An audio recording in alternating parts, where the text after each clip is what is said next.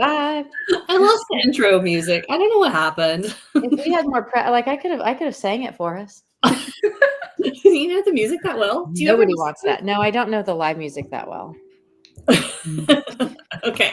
Well, we have a few people I see that are joining us. They're probably like, what is going on? Hello. And tell us where you're coming in from.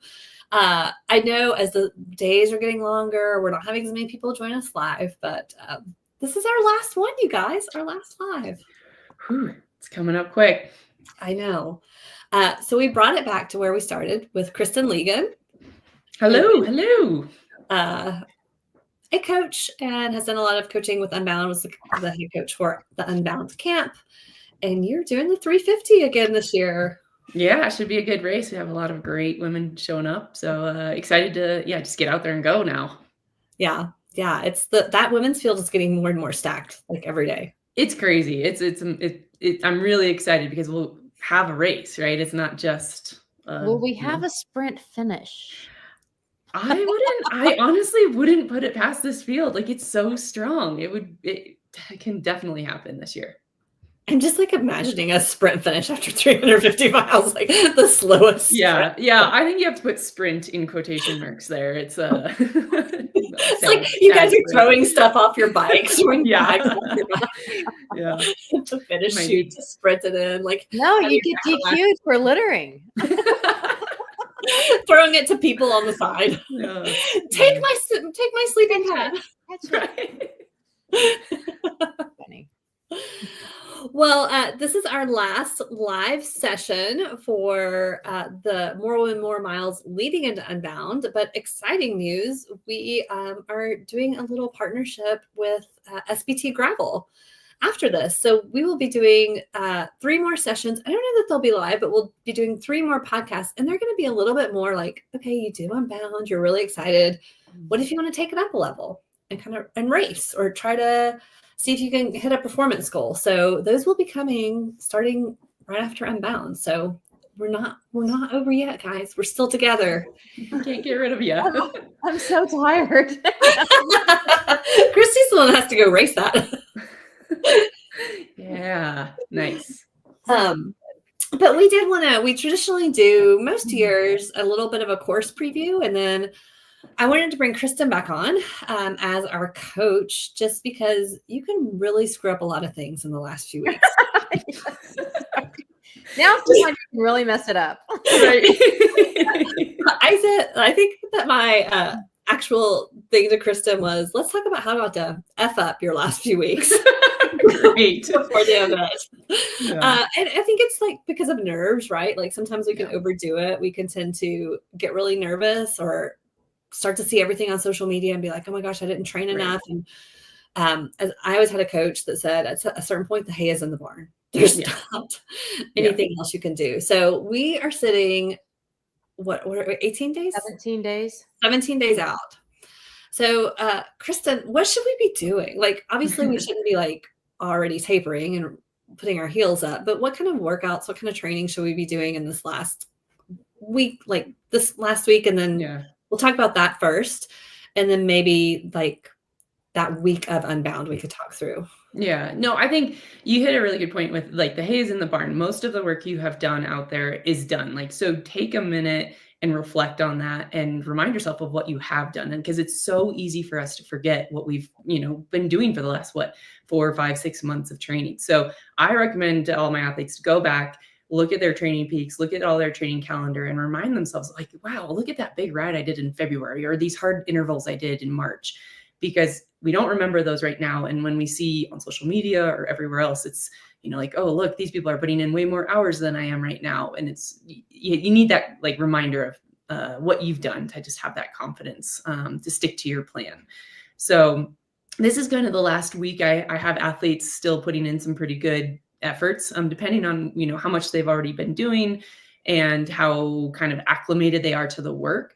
But I'd say up until this coming weekend, so about 2 weeks out, I think you're okay to still be putting in like a big ride if you wanted to this weekend, just like one last good simulation ride to check a few things, if you want to practice your nutrition again or just work on your bike setup again. That's okay. But after we get past this next weekend, it's really time to start believing in the work that you've done and letting your body kind of rest and recover. And it doesn't mean that, we'll probably get into this in terms of taper. It doesn't mean you don't do anything, that you just stop riding your bike. It's that you're not trying to build anymore. You're not trying to build that fitness. You're trying to kind of maintain that fitness or sharpen it up so that you can go out on race day and not feel tired, but you want to feel, kind of energized, peppy. I call it snappy, kind of like your muscles feels like they're ready to go. And so that's what a taper should help your body feel like on race day. Right. And if people haven't tapered before, it can kind of feel awful too. Give us some expectations for taper. Yeah. Some people, it's no big deal and they love it. And some people it feels terrible. And I think it's because we spend so much time really normalizing what training feels like. Our bodies really crave that continuous exercise and, the training and then recovering. And so then when we go into a taper, it's kind of similar to like a rest week. If you ever take rest weeks during your training, the first workout or two after that can feel kind of like just mushy. It just the power doesn't come, the effort doesn't feel right, your body doesn't feel very good in the efforts. And so that's similar to what you're going to potentially feel during a taper. It's just kind of things get a little lethargic. You don't feel quite as peppy out there, but just like, I think you have to trust in that process and know that rest is doing your body a lot of good. And then when you get to race week, then it's just finding these little ways to kind of snap yourself back into feeling good by doing some short little efforts, but nothing that's going to actually cause, residual or like long-term fatigue, that you can't get over in an afternoon. Yeah. I also remember way back when I did an Ironman years and years ago, one of the things that our coaches encouraged us was like, just communicate with your families, right? Because like you've got all these nerves, maybe you're feeling in a bad mood with taper, and just like, go ahead and communicate. Like these things could happen. Yeah. And could you give me some grace? Right. Yeah, exactly. And I think that can be hard for us as women, like to be a little bit selfish about stuff like that, and to be like, maybe I'm not the one that takes care of everything in the next few weeks. Maybe I'm not carrying the load of the household or whatever that is. And so I think that can be really, how do you and Nick handle that? Because, obviously he has a big job with Unbound. You're race. Yeah. I mean, he's on his own kind of big event weekend in its own way. But, I think it's like you said, it's communication. And we've gone through it enough to know that, when I get stressed, I start to get kind of edgy or snappy with him. And so, if I catch myself doing that or saying something, maybe that isn't the nicest way to say something. It's kind of this, we both take a moment. We're like, okay, feeling a little stressed. Like, that's fine. Like, you're going to feel it, but just recognize that that's not, it's not the way I'm trying to speak to him or trying to, communicate with people around me. And so I think there's some good self-reflection there, or like just checking yourself on there. But I do think that working with your family and saying, I might be a little bit stressed. For me, I get kind of an airhead. Like I just don't remember things. I like forget to close the refrigerator, or I lose my keys everywhere. And so it's just those little things that like, your mind's just a little preoccupied. And you're just preparing him for perimenopause, Kristen. Right. Taper. It's great. Taper, also known as leaving your keys in the refrigerator. Definitely have done that. I used to find the dairy coffee creamer in the cabinet with the coffee cups. Yeah. Like, another one I have to throw away. Oh yeah. Did you have a question, Kristi? You look like you had a question. No, I'm just thinking about all of the random things that I've left in weird places when, mine aren't necessarily taper. They're more hangry moments. Same thing. Yeah. But yeah. Well, that was the other thing I wanted to ask you about, Kristen, because like often in taper, you can sometimes be like, well, I'm not working out as much, so I want to I'll cut back on my food or my nutrition. But actually, like thinking about your nutrition strategically, leading into a big effort where you're going to be really depleted on a race day. Like, what do you recommend to athletes? I know that you are not a dietitian, but I'm sure you talk to them about like just how to think about that. Yeah, I think keeping things as similar as possible as what you're used to. So you don't need to cut out certain segments of food or really cut back on a whole bunch of stuff. I think trying to keep it really consistent with what you would do on a normal training week, and you are, trying to stock up or just like really keep yourself fully topped up in terms of nutrition and hydration. So cutting back is not the way to do that. I think we also don't want to overdo it, right? Like it's easy, I think, to be like, oh, I need to carb load, so I'm going to just eat like buckets of pasta. And that's going to just, potentially give you some stomach issues with that. So just trying to keep things really consistent. But I do think that err on the side of like, have that dessert or have the thing that you maybe sometimes you wouldn't, go for. I think it's okay to use that as a like, I'm fueling myself, I'm fueling my effort that's coming up. And I'd say that more and more as you get closer to the event, like 3 days out is where you're really wanting to just make sure you're getting a lot of that carbs in. You're really just trying to really take really good care of yourself out there.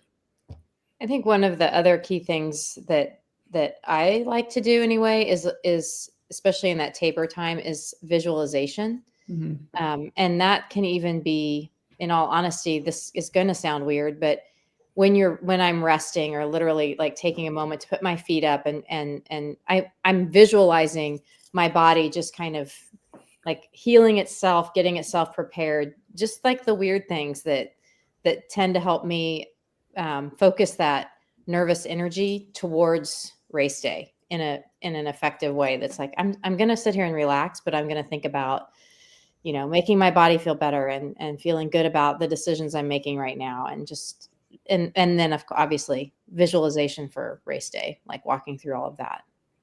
No, I think that's a great idea. I mean, visualizing just the lead up to the race day so that you're, when you have those nerves or, you're stressed about something and just being able to almost like, visualize that ahead of time. And then you can just have that confidence to, continue with your nutrition plan or, not be stressed because of the event coming up. Just helps with that. Yeah. Well, on that same note, I'm sure you talk through a race plan with your athletes, but if people have never made a race plan, like how would you do that? Like what do you do to kind of like plan out your race? Hence a race plan. Well, I think there's multiple steps to it, right? Because it's I like checklists for a lot of the pre-race and like your checkpoints. So your pre-race, plan it out so that you're like, okay, when am I leaving the door? When am I lining up? And then work backwards from that start morning. So like, when do you need to be awake to start eating breakfast? When, the night before, when are you going to try and be in bed? When are you going to fill up all of your water bottles? So a checklist or like a timeline ahead of time so that you can say on Friday afternoon, oh shoot, I got to make sure my tires are pumped right now. So that you're not doing that on race morning. So there's that. And then same thing for the checkpoint towns. Like if you have a crew there, what do they need to have, and making sure that they have that all set up. How are you going to, what's the process you're going to go through out there? Like who's going to take your bike and lube your chain, or are you going to refill your bottles and pack yourself? So be thinking through that process.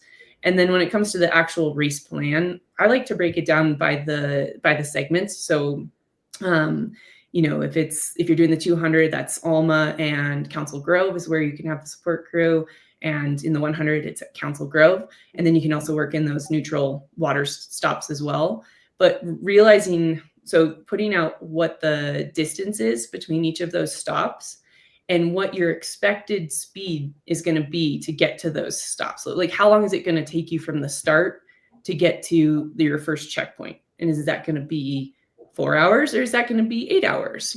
Because that really dictates how much you need to carry in terms of your food and hydration.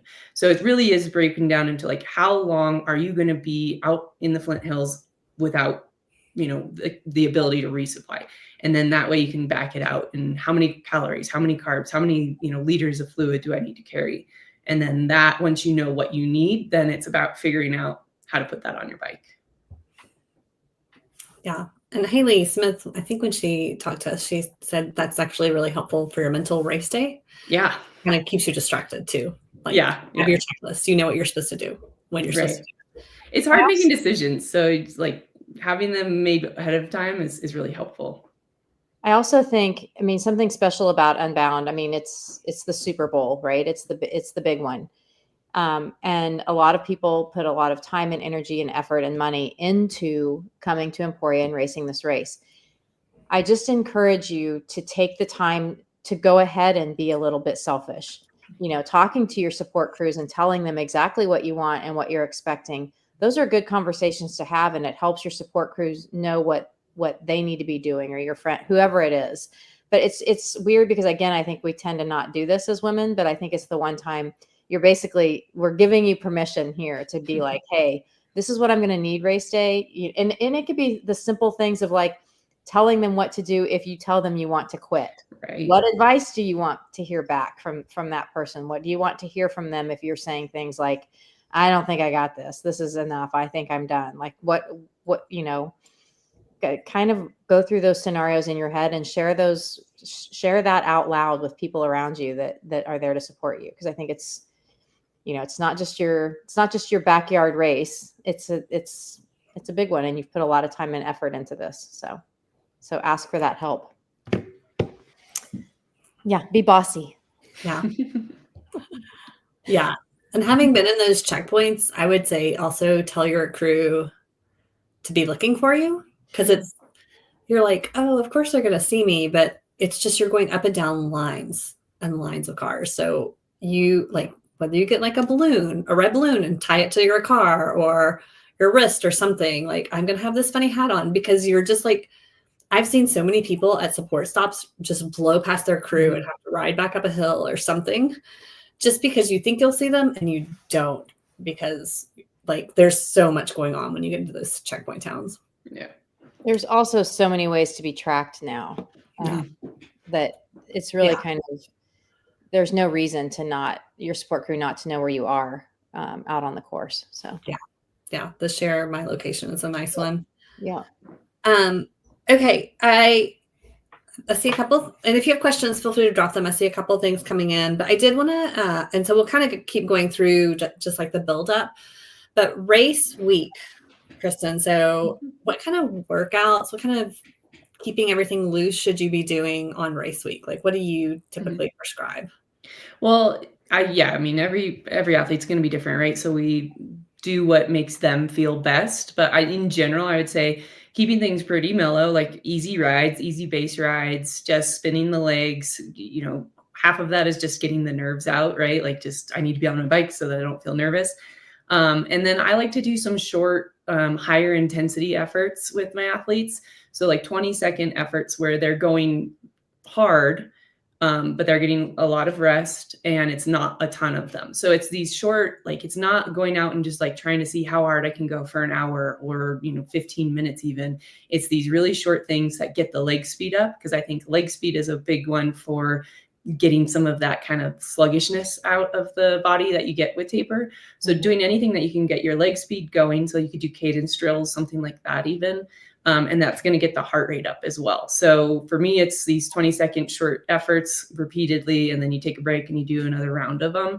But the big thing is you just don't want to go too hard. You don't want to be causing that kind of muscle breakdown, that muscle fatigue that then your body has to work so hard to get back. So it's hard, but not all out, not like everything you've got. It's just enough to like make you think, well, okay, I worked pretty good that workout. And now I'm going to go eat my recovery and get a good night's sleep, and I'll wake up feeling great tomorrow. You shouldn't feel that effort the next day. So usually I do that with athletes, Tuesday or Wednesday before a big ride, a big race. And then everything else is basically pretty easy. And then the night before the race is just something similar, but like even less. So maybe like 3 little efforts with a build in there. So again, just kind of things to keep the body moving, push it in different ways, but get the heart rate up, I think, more than anything. Wow. So if you were flying or something, you could probably even, I like to pack my bike on the weekend before I fly, just so I'm not anxious about it. But you could probably do something like that even on a spin bike. Yeah. Something you don't need to, necessarily. Yeah, it doesn't need to be perfect. It's not about, hitting any specific number. It's not about setting a PR. It's just about moving your body and just making sure everything's kind of firing. Like if you do activation drills, if you do anything like that, that's a great week to be really focused on that, to make sure that, your muscles or your body's kind of working well together. Yeah. Okay, and then let's talk about your travel day. So some people will have a very short travel day. Maybe they're traveling Right. from an hour away, but some people, I know we've got some people coming from Canada. We've got some people, I fly from Seattle, so that's can be quite a long travel day. Like, what do you recommend for staying loose on travel day, or what do you do immediately when you get there? Give us your insights. Yeah. Well, I think first and foremost, like travel days are always stressful. It doesn't matter if you're flying in, if you're driving in, like it's just stress on the body. So give yourself some rest, some grace in that. And like I drive from Colorado, it's about an 8-hour drive, and we'll get out, once or twice to fill up gas or, get some food and that kind of stuff and go for like a little walk. So just keeping the blood moving. You're sitting in that position in the car for so long, kind of like hip flexors tighten up, everything tightens up. So the more you can kind of get out and move around. Same thing for flights, you can do some stretches at the terminal, be one of those folks doing the yoga poses as you're getting onto the plane. And then if you have the, energy, the will to get out when you get to Emporia and go do an easy spin, that's always a nice thing. Especially like I would definitely suggest that if you're traveling on Friday, get your bike out, check everything out. But if you're coming in, Wednesday or Thursday and you can still get out for a ride on Friday once you've been there, then it's not the biggest thing. Like taking a day off on your race week is totally okay. Yeah. And then the other thing is there is a lot to do in Emporia on Thursday and Friday.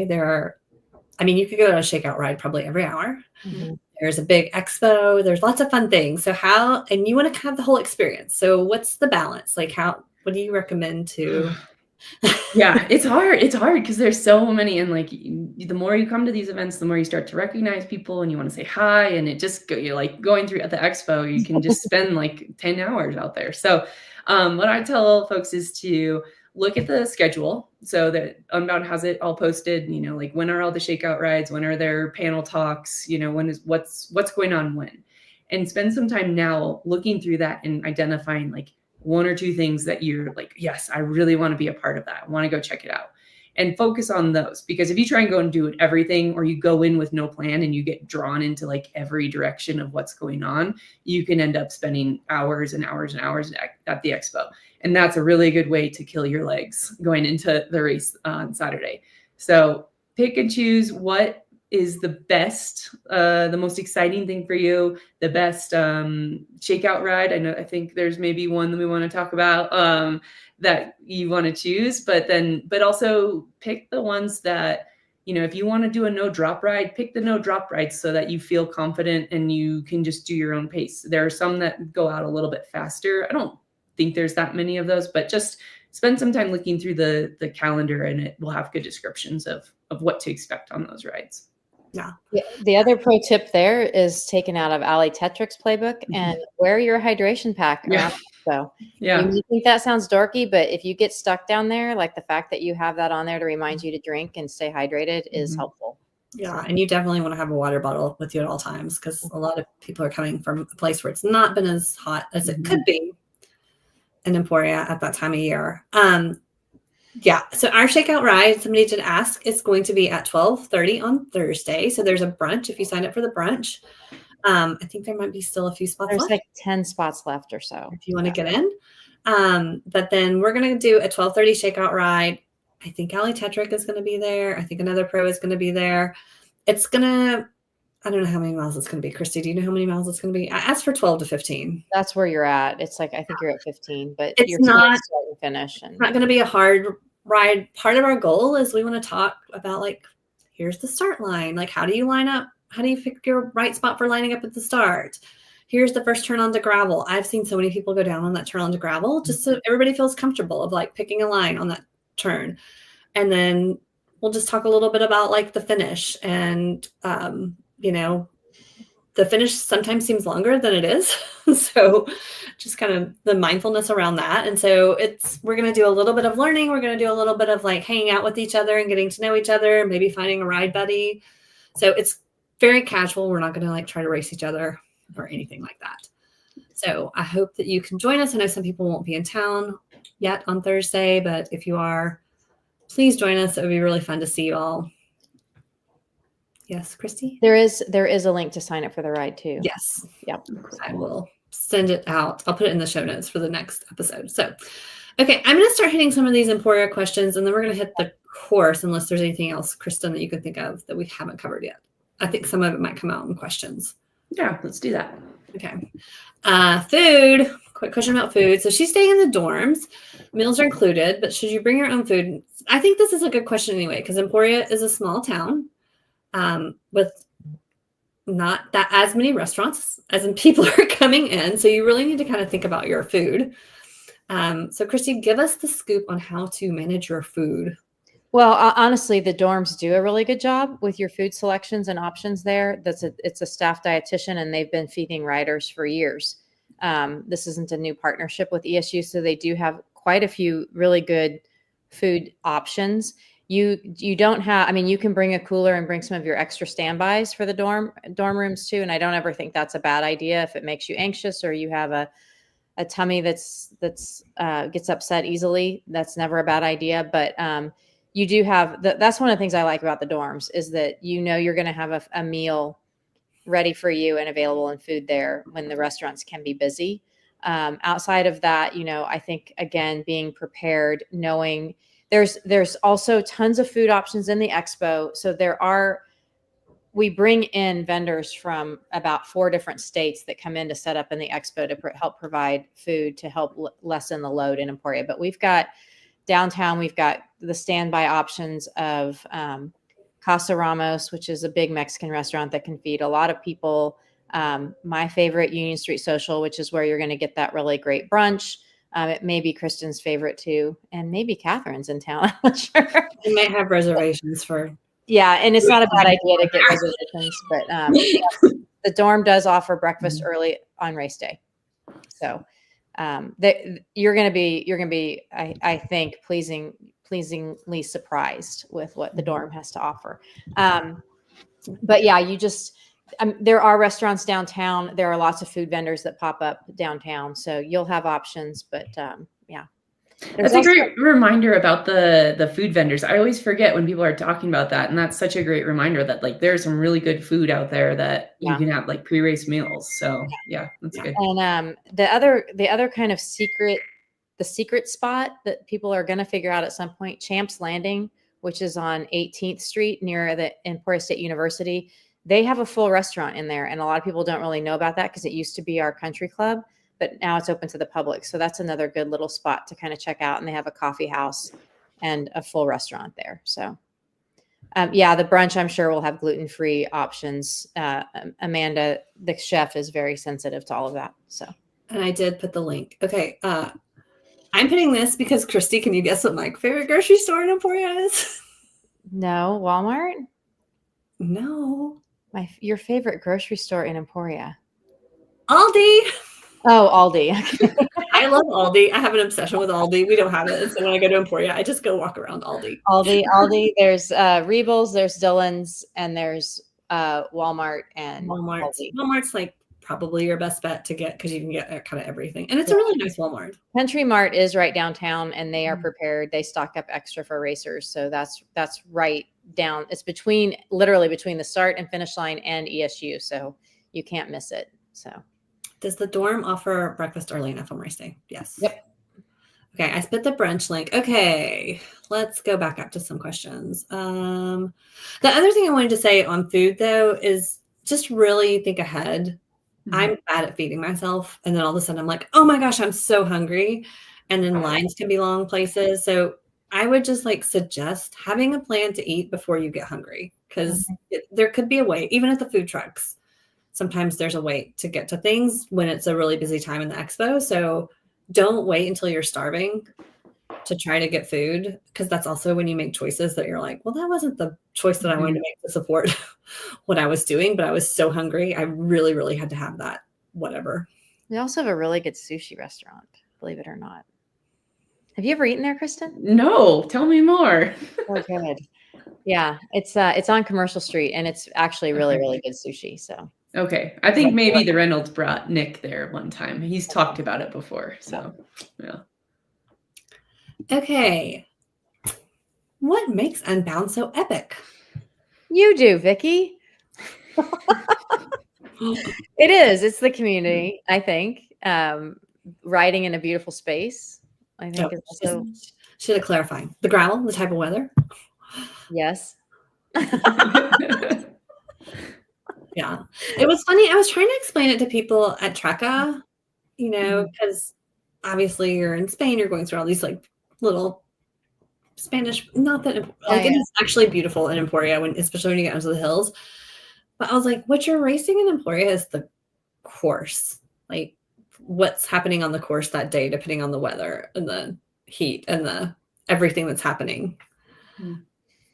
So yeah, I think it's maybe just because every element like it is the distance, right? Like this is a super long, if you're doing the 200, the 100's still super long, and both are very challenging. All of the courses are challenging. The gravel can be really chunky in sections, and it can be really fast in sections. The hills can be, nice and flowy where you can hold momentum on like a roller coaster kind of thing. And then it can be just like terrible where you feel like you need to get off and walk. And so I think it's because there isn't always like, it's kind of everything all at once. And so you can't be like, this is a fast race, this is a chunky race, this is a hilly race or a flat race, like it has every single element to it. And then you add in the weather, it can be the mud, of course, but then the heat and the wind, like we have, like the wind could be crazy, right? So I think it's all of those pieces, but more than anything for me, it's like the vastness of when you're out there and you're just, there's thousands of people on the course, but you can be alone out there where you don't see another cyclist and the sun's coming down. There's no trees around, you just see some cows over there and you're like, oh man, do you guys have any water? It's all of those pieces that can kind of come together. And I think that's it's not one element that makes Unbound epic. It's the combination of it all. And it's the fact that it's never going to be the same. Yeah, exactly.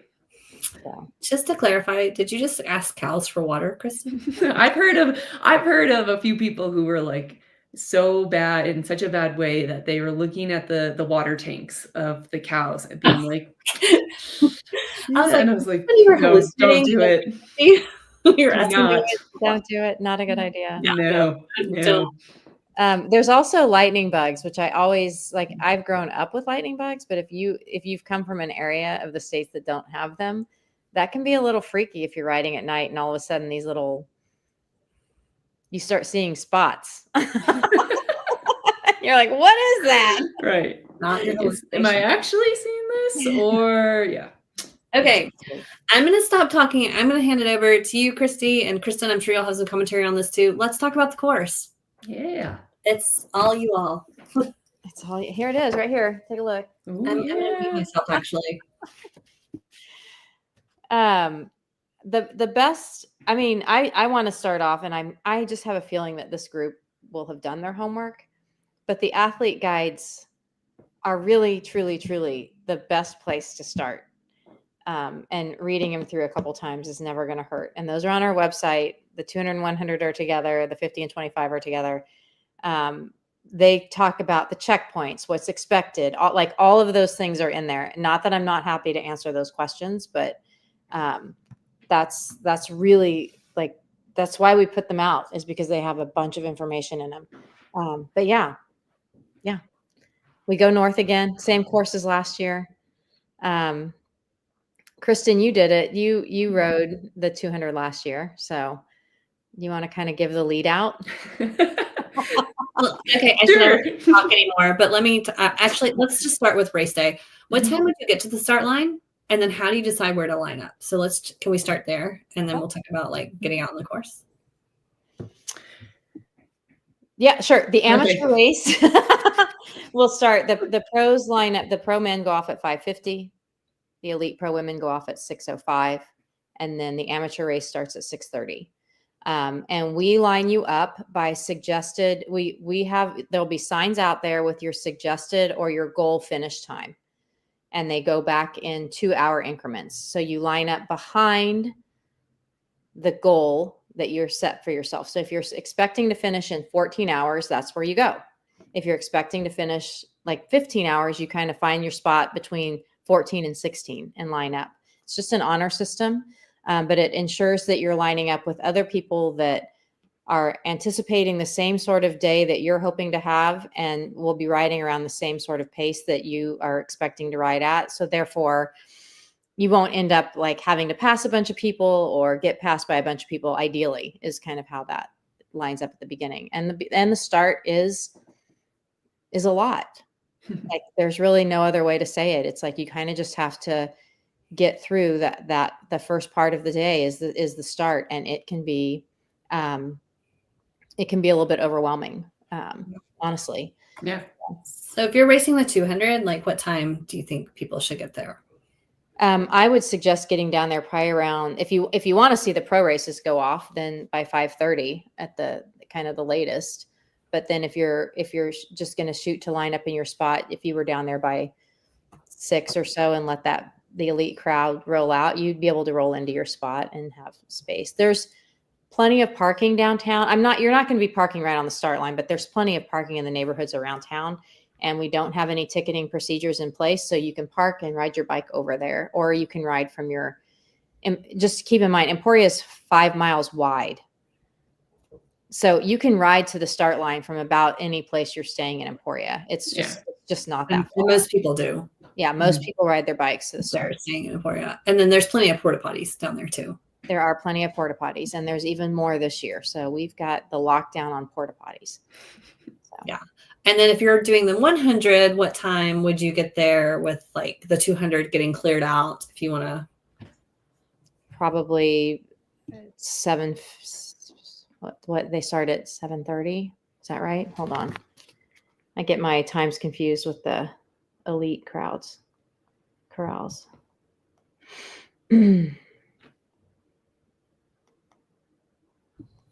So it just depends. Like if you're the kind of person that likes to get your spot early, have a chance to go to the bathroom.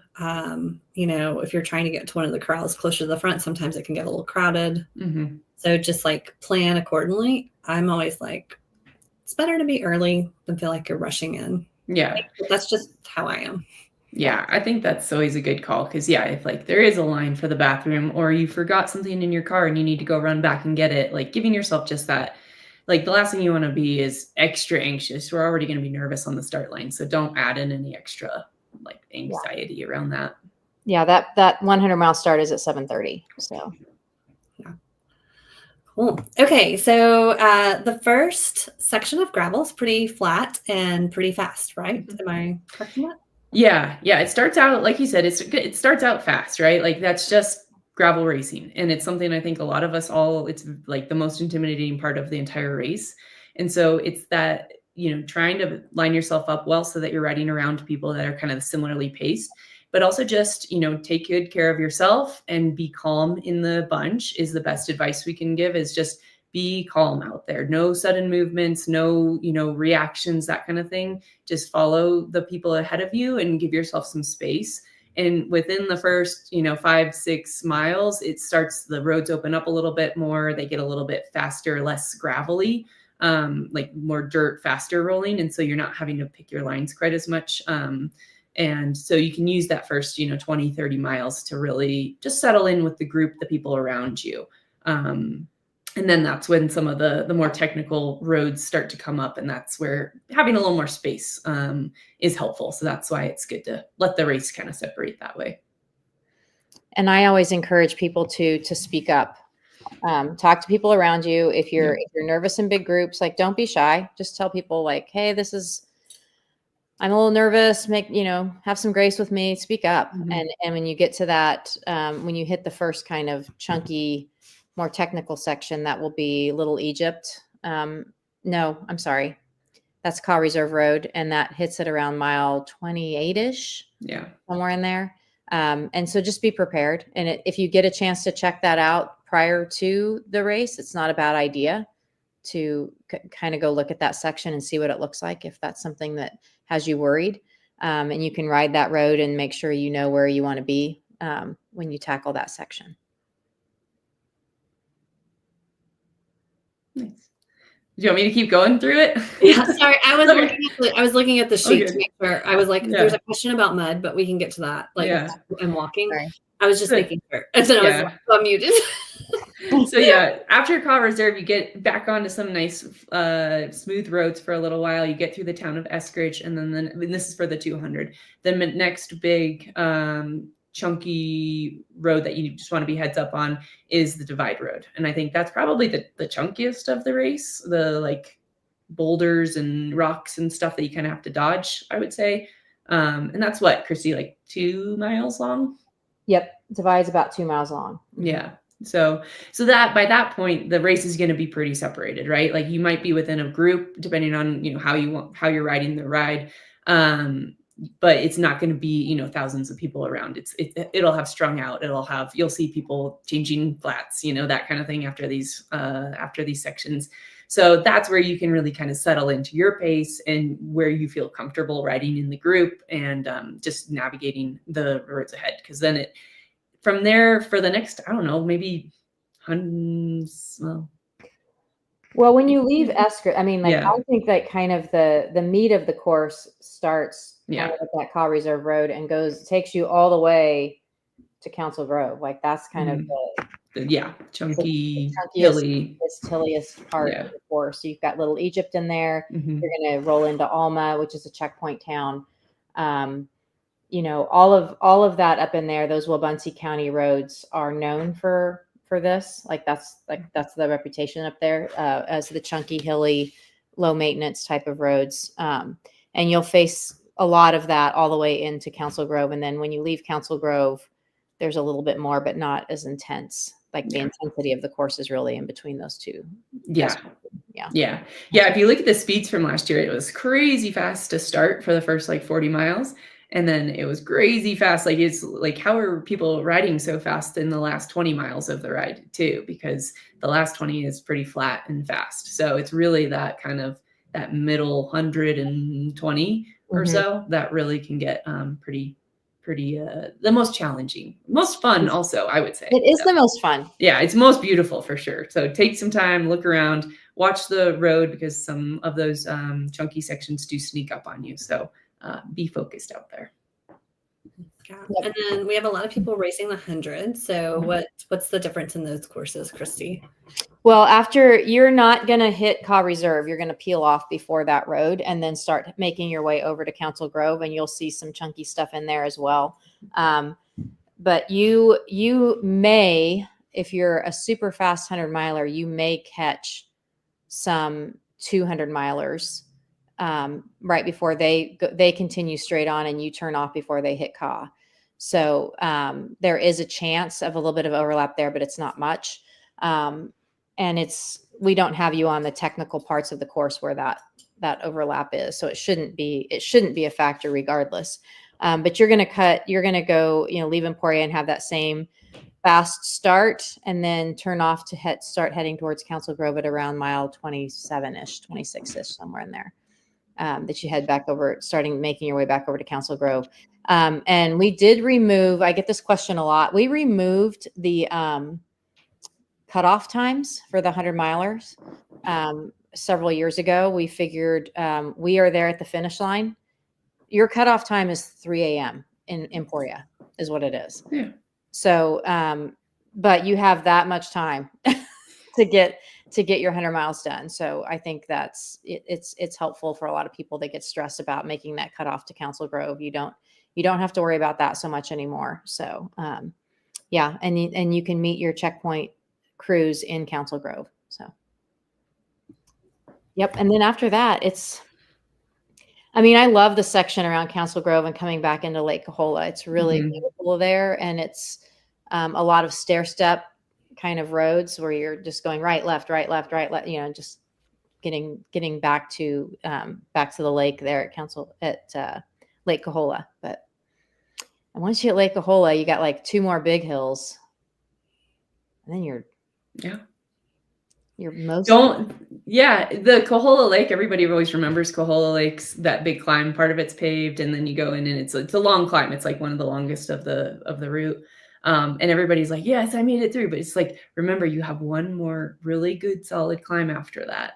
And that's, get over Kahola, take a minute to recover, and then the next one is your last big climb. I mean, until you get into town, but that's, until we do Highland. But yeah. So don't be fooled. Kahola is not the last one. It's not the last one, but it's Yeah. very, very close. Oh, for sure. Yeah. And then that, I call it the little gift at the end. Well, it's your final rite of passage is Highland Hill. Like, you got to do Highland. And Unbound, we almost didn't have Highland on Unbound last year. Yeah, because they were doing construction. Oh, right. Yeah. And there was we were no pressure, but some pressure. But they got it done in time so we could ride up Highland. But we can't have this race without Highland Hill. Mm-hmm. I rode that at camp. I had some folks with me, and I think they just got freaked out about it, right? Yeah. And I was like, you could have ridden that. They ended up walking. And I think that's one of the things is just in your mind, just be like, I can ride this. It might be slow, it might hurt, but I can ride this. Because I learned a long time ago, sometimes it's actually harder to walk up the hill. It takes more out of you than it just does to ride up the hill. So it's a good challenge for everybody at the end of the race. Everybody's hurting on that. So give yourself just I can do this, and encourage people around you too. It's easy when you see somebody get off of their bike. It's much easier for you to say, oh yeah, I should get off my bike and walk. So if you can encourage the people around you to keep riding, then it's just going to make you more likely to get up that as well. Yeah. Any other course related specific tips? Definitely you would want to have lights if you're doing the 200. Anticipating what time you want to come in. I think we figured out, Kristi, if you're wanting to chase the sun, you have to 14:45 was about the time. Yeah.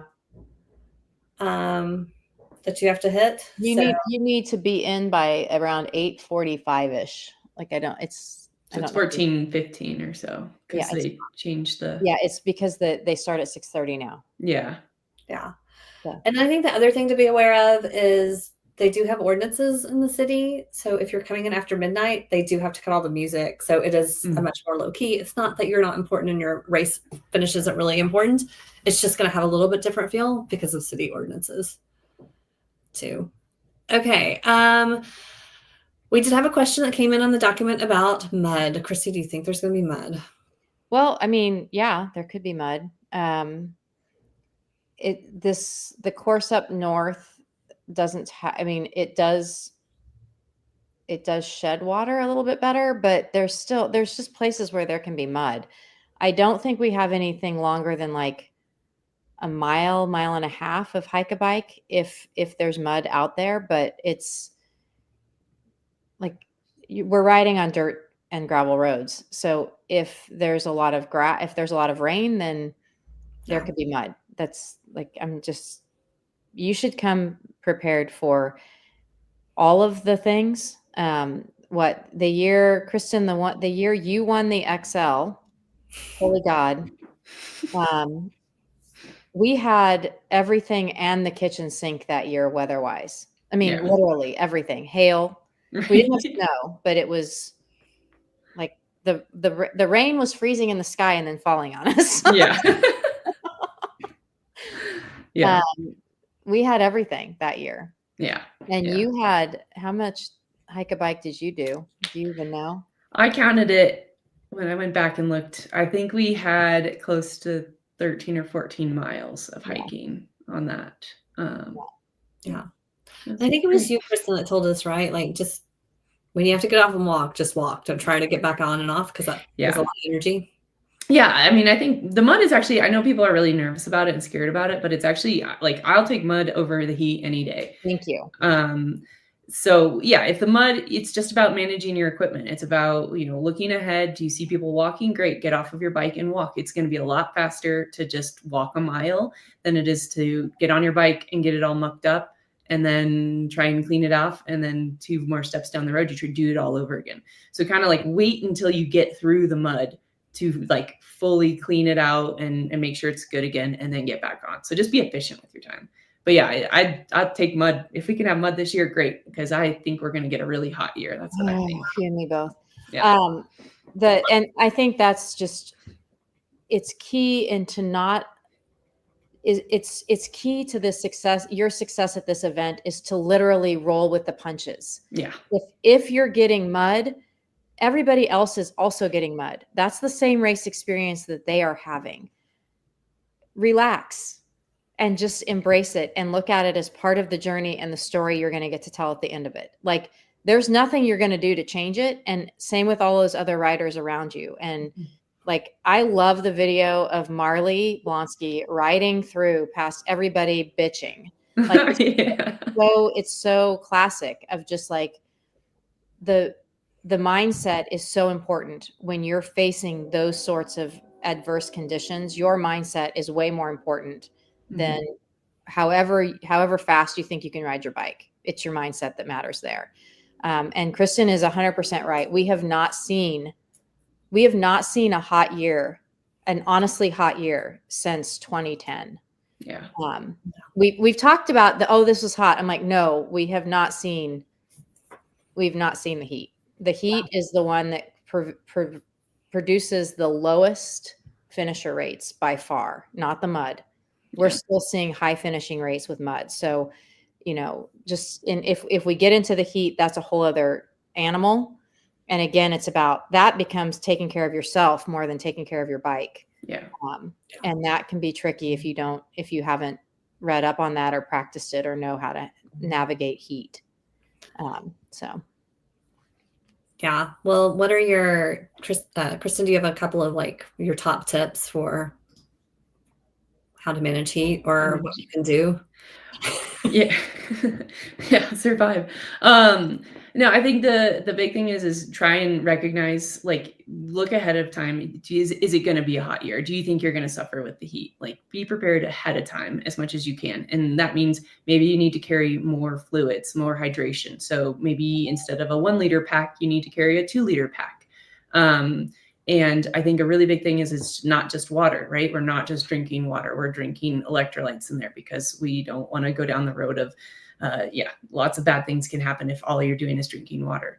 And then there's cooling. There are ways to cool yourself. So on a hot race, I'll bring an extra bottle of water and use it instead of drinking. I'll douse like my arms, my neck, that kind of thing. So different ways to kind of cool yourself. So trying to keep that core temperature down. But the best, like when you start getting hot, the only thing we can do is slow down. Like you can't keep pushing the same pace, the same effort you would on a cool day, because your core temperature is going to just get too high. You can't cool fast enough. So slow down, try and cool yourself where you can. Stop under a shady, a tree if you can find one. Stop at the checkpoint, see if your checkpoint crew can have ice for you. And think about the places where putting ice can be really helpful. So like a lot of people will have a little they'll fill like a pantyhose foot with ice, and you can put it back behind your neck, or you can put it in your sports bra. You can put it, like your femoral artery is a really good one to cool. So if it's not uncomfortable, put some ice down your pants. Just find some ways to cool yourself off that way. Drinking cold water, that kind of stuff. Sun sleeves, that's a great suggestion. I think that's another one. Just it helps keep your skin cooler, but you can also put water on it and it helps keep you cooler that way too. So but take care of yourself, take care of other people too out there, because it is really dangerous. Yeah. And that would be, Kristen brought up the point of having an extra water bottle to cool your body down and use the water to cool your body down. If you don't have that, I would rather you have that water going in you than on you. Mm-hmm. So if you're not prepared for that, make a plan one way or the other. And if you're not prepared for that, you're better off putting that water in you and not dehydrating yourself versus on you. But if you can, carry an extra water bottle or, whatever that looks like. Ice socks are huge. Yeah. Having those available. They have bandanas for trail running that you could put ice in. Or if you have a second water bladder, you could freeze it if you have a support crew. Mm-hmm. And then it could be frozen, and so then it's going to melt on your back, which is quite nice. Just make sure you don't overfill it when you freeze it, because when ice, when water freezes, it expands and you can poke holes in your bladder, and then you get it out there and you're like, I have no water left. So be careful. Yeah, And that has happened. that's a really good call. The other thing I would say is these are small towns. Lots of people are going to be looking to buy ice. I would Yes. buy a bag. Like if you have an Airbnb or something you're staying in where you have a freezer, buy a bag the first time you go to the store. Because I was there one year and they were looking for ice and there was no ice anywhere to be found in any of the little towns because everybody had gotten them at the gas station for their support crews on the way in. So just be aware of that. Take care of yourself early. Okay. How many people are racing in the different distances? Kristi, do we know? Yeah. The 200 has around, I think, around 12 to 1,300 people. The 100 has around 14 or 1,500, and the 50 has around 1,000 or so. So we've got right around 5,000 participants across all of the distances. Wow. And another fun fact, I love this one.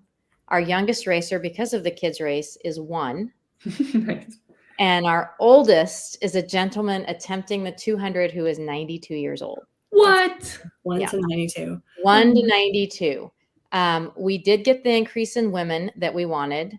I don't know the number, but it's like between all of the distances, I think we're sitting at 44% female.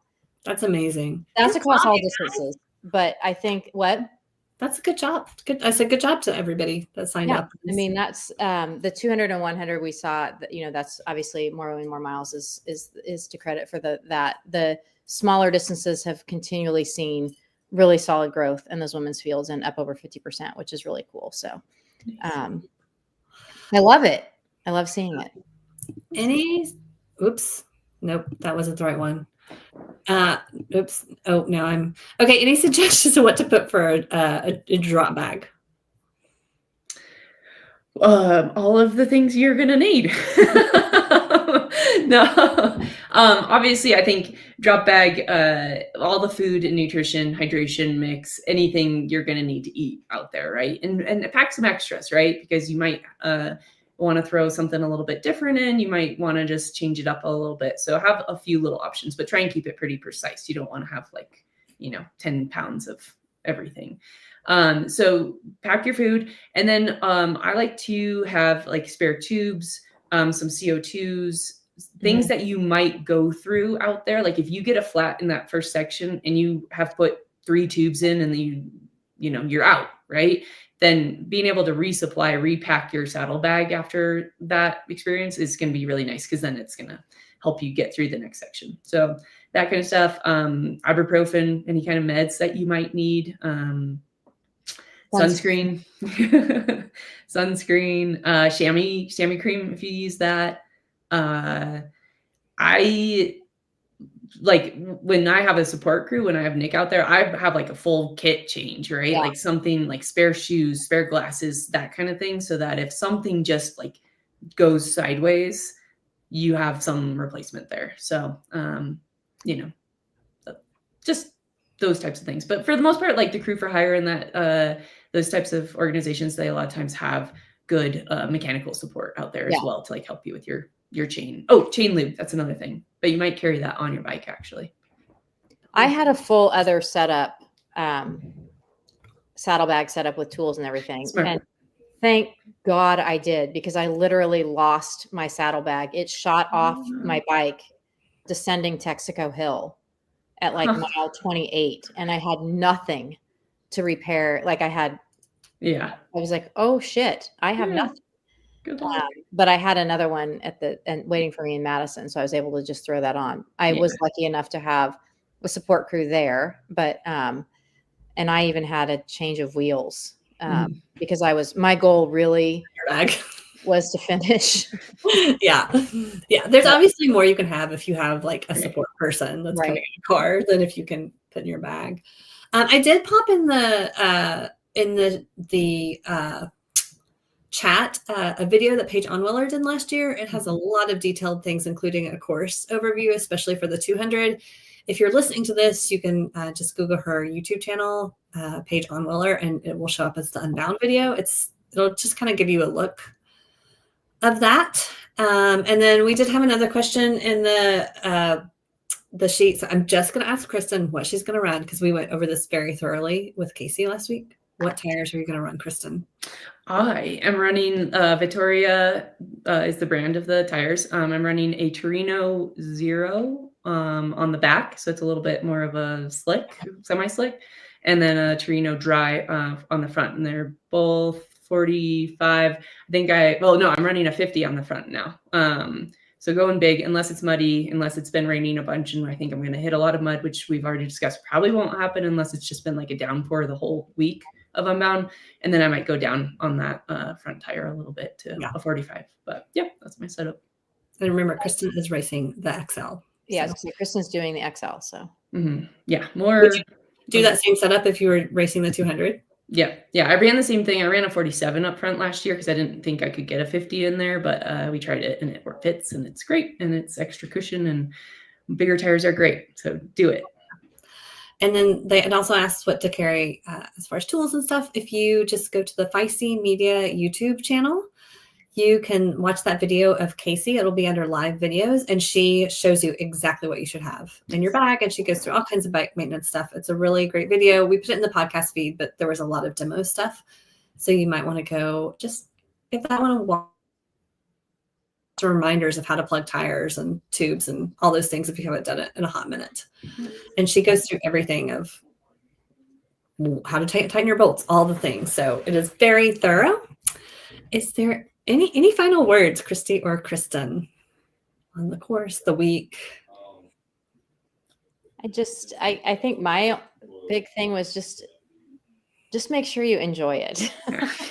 Dang it, you stole mine. Well, I think you and I are on the same page with that because there's so much prep and so much like all of this that's going with it. And like, what if this happens? What if that happens? Blah, blah, blah, blah, blah, blah. Remember, there's been thousands and thousands of people that have done this event. And we've had, it's a great event for a reason. And it's a beautiful part of the country that if you haven't seen it, I don't want you to not look when you're out there racing. I want you to look up and I want you to appreciate the fact that you're surrounded by a bunch of people that are just out there wanting to ride their bikes and have a great time. And that's, to me, super important. Yeah. Your husband also on the phone? Mine? I hear him on the phone. Oh. Anyway. Yeah. And a cow might offer you water. What?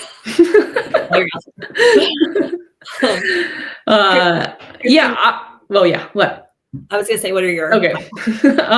No, I think same thing. Have fun, but believe in yourself, right? Like you've done a lot of work. No matter what you've done, you have taken on this big challenge. You've put in the work, the energy. You're prepared for this, and I think it's easy to feel like I can't do this, or like there's no way I'm going to get through this, and like we all have those thoughts. Like you're not alone. Like I've raced Unbound a million times now, and every time I line up I get nervous that like what could go wrong, what might happen out there. So know that like that's part of what we are signing up for, is that excitement, that anxiety. So be okay with it, come to peace with it, and then just once you get out there, just really believe in what you've done, because you can get through the hard times. You can figure out the things. If something does go wrong, you can have a beautiful day out there, and take advantage of the highs, because you're going to have highs and lows. They're going to come and go. So enjoy the highs and get yourself through the lows as quickly as possible. That's fantastic advice. Yeah. And are you going to be at any booths or any activations in the expo if people want to come say hello to you, or will you be at the brunch? Yeah, I'm definitely stalk you at the Unbound. No, I'm really excited for the brunch. I think that's going to be such a nice way to just really kick off the weekend and get to see people in a nice, relaxed place. The brunch is amazing, like we've talked about with Union Street. So getting to have one really good pre-race meal right there is going to be a nice way to get going. But other than that, just keeping things low key, just starting to stay out of the heat. I'll be at the Shimano Park area for on and off throughout the weekend. Just helping with some activations there. They have a lot of cool stuff going on, like some of the Kristi, are you going to be part of the crew that reads to Oh, kids. yeah. Oh gosh, I got to finish getting that sign up done. Yes, I will be reading to children. Some of the Gravel Cycling Hall of Fame members, those who have been inducted, including Kristi Mohn herself, are going to be reading children's books to kids in the Shimano Park area. So that's really exciting to get to see. I think that'll be fun. Yeah. Yeah, there's all kinds of cool things. There'll be autograph signings with the Grand Prix members. And that's the other thing I would say, if you see like your favorite pro, don't be afraid to go up to them and ask for a picture. Or especially if they're in the expo. Maybe not if they're in the start shoot for the race. Might help. It might break some But if they're in the expo, they're typically there with a sponsor. Like they're there to see people and to be a part of the expo space. And, if you happen to hit them on a moment, also remember they're really stressed. This is like a massive race for them. So it doesn't mean they don't like you. But a lot of them are also really young. Yeah, they're really young. Kristi and I will be around. Kristi will be in her Lifetime gear. We have a booth in the merchant. We have a pop-up shop in the Merchant Cycles tent. So we'll be selling Girls Gone Gravel shirts. So make sure you make your way over there and see us at our little pop-up shop inside the Merchant Cycles tent, which will also be by the Chamois Better. So it's going to be a big party over there. So, and of course, please join us if you are in town for the More Women, More Miles group ride. And yay. So we will be seeing you guys in just a couple of weeks. If you have questions or need anything, reach out. I'm on the Girls Gone Gravel Instagram account that comes to me. So you can feel free to reach out to us there at any time. So awesome. Good luck. Yes, you can do it. As the coach at my gym always says, have the best time. Yeah. Right before she goes out for a terrible workout. But we can't wait to see you all. And hopefully, even if you're not doing Unbound, hopefully you got a lot of tips that you can translate into any other event that you're going to be doing this year. So thank you. Thanks all.